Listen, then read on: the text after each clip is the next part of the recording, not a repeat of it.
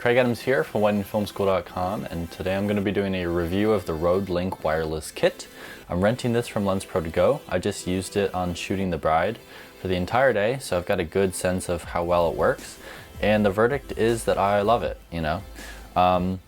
So the kit comes with this transmitter and receiver, this 3.5 cord here, and then it actually comes with a mic, which is, you know, different than usual, but this is like the Rode lavalier, which this doesn't come with the kit, but this is a 3.5 to XLR adapter in case, you know, because this cord comes from the receiver and will go into like a DSLR or something with a 3.5. But if you want to go into a XLR port, you just put that adapter on and then you can go right into it. The things that I really like about this camera are, you know, it's using Wi-Fi. It's using like a digital transmission kind of signal. So it's not using the old style of frequency that we're used to with like the Sennheiser G3 kind of. I used to have that and I got rid of it. And right now I'm recording this audio with a Zoom H1 into a Countryman B3. And this is kind of what I've been using, but I think I'm going to make the switch to these RodeLinks for all my audio needs for a bunch of different reasons, which I'm going to go over. So I'm using this audio right now, but later I'm going to do a test to compare the audio of this to that, so just wait for that. The one thing that I was scared of is that, you know, using this in conjunction with others or around a busy area, Wi-Fi and Bluetooth could mess it up a little bit, but it's constantly searching and fixing, trying to find the best frequency that is going to work for what you're doing. And I think it does it pretty well because I never really had too much frequency problems. So you just turn it on by pressing both of those buttons. And then right now I'm on channel 4. It kind of takes a second to find the transmitter, and then now it's set.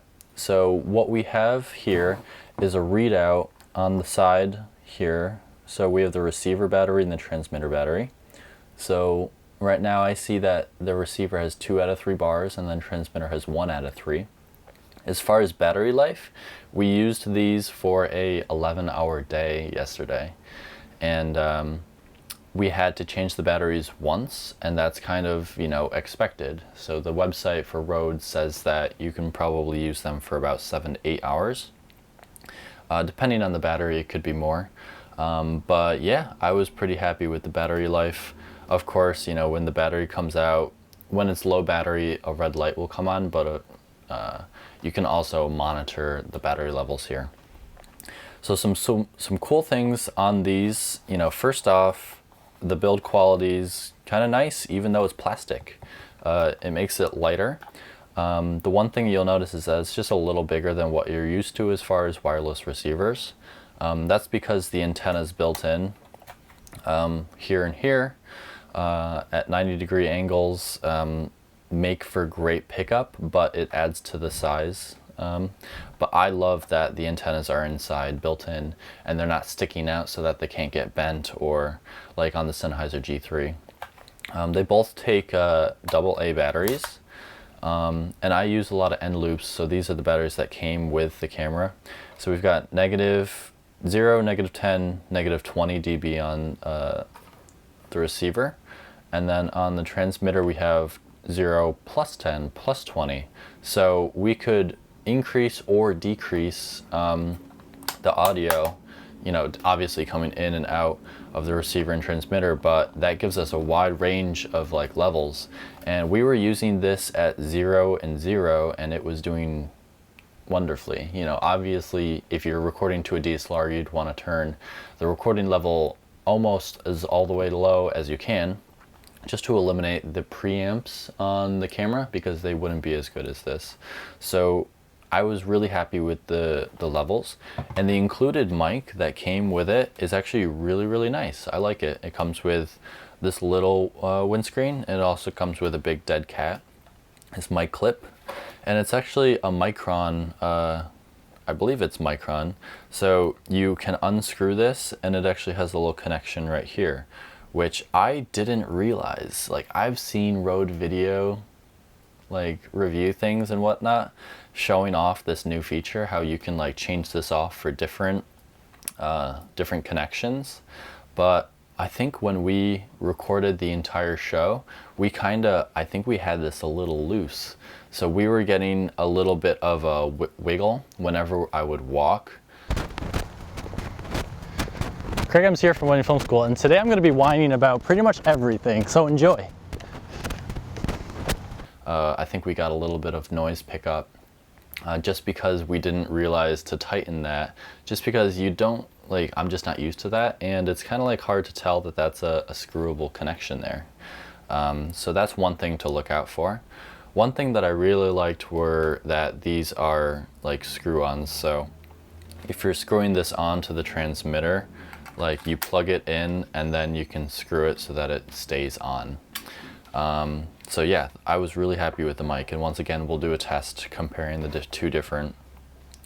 So on the side here of the transmitter we have a power, so you can power the transmitter or the receiver if you want to not use the internal batteries, and if you have to keep it on for longer than 7 hours. So as far as the mute, you can press this for a couple seconds and then that red light mutes it, and then you can turn that off. And you'll also notice that when you mute that, it shows the light on this side so that we know that we're muted, and then you can actually unmute it from either side. So say a groom like is going to the bathroom and he mutes his thing, but then you see that it's like, all right, so he's going to the bathroom, that's okay, but then he goes back out and like gets ready to do the ceremony and like gets up there, and then you're like, oh no, he forgot to actually turn it off. You can just hit that and take care of it for him so he doesn't have to worry about it at all.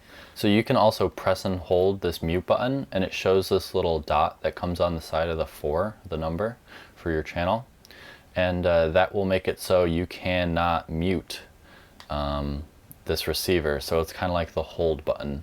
So once again, like if I had a groom going up for the ceremony, I would turn on this hold button right before the ceremony starts so that there's no way he could accidentally press this down for a couple seconds and then mute it. And even if he did at that point, I could unmute it from my end, but just to make sure things like are 100% good, you know. And once again, like, this compared to the system that I'm using right now, like, there's no way for me to monitor the audio levels of the Rode Zoom 1 with the Countryman B3. So with this, if I have this on the groom, you know, I'll be able to look at the levels both on this screen and both into my recorder. What I would be doing is having this receiver, having this 3.5 in there, and then this would be going into any kind of field recorder with XLR, probably the Zoom H6. I could have 4 of them going at the same time, and that would be perfect for the ceremony. It'd be almost overkill. And you can have 1 through 8 channels as far as these work in conjunction. And even still, you know, if another filmmaker is using channel 8 and you're using channel 8, it'll even find the frequency within that to work to without messing up each other. So, and as far as distance, we discovered how far it could go. You know, obviously we would lose signal if we lost eyesight or if we were just too far away. But I was pretty happy, you know, with the range. It was pretty good. So real quick, I'm just going to test the audio quality of the Zoom H1 going to the Countryman B3 and the RodeLink mic going to the RodeLink, and then both of those are being fed and recorded to Zoom H1s. Both of the H1s are set at the same level, 70, and they both have the exact same settings. So the RodeLink is at 0, 0 as far as the receiver and transmitter levels. So this is mainly testing the mic, but also testing the preamps within the systems going to the Zoom H1s. So of course, if you have any comments or questions about these two systems right here and integration into a wedding, please let me know. But until then, thank you for watching. See ya.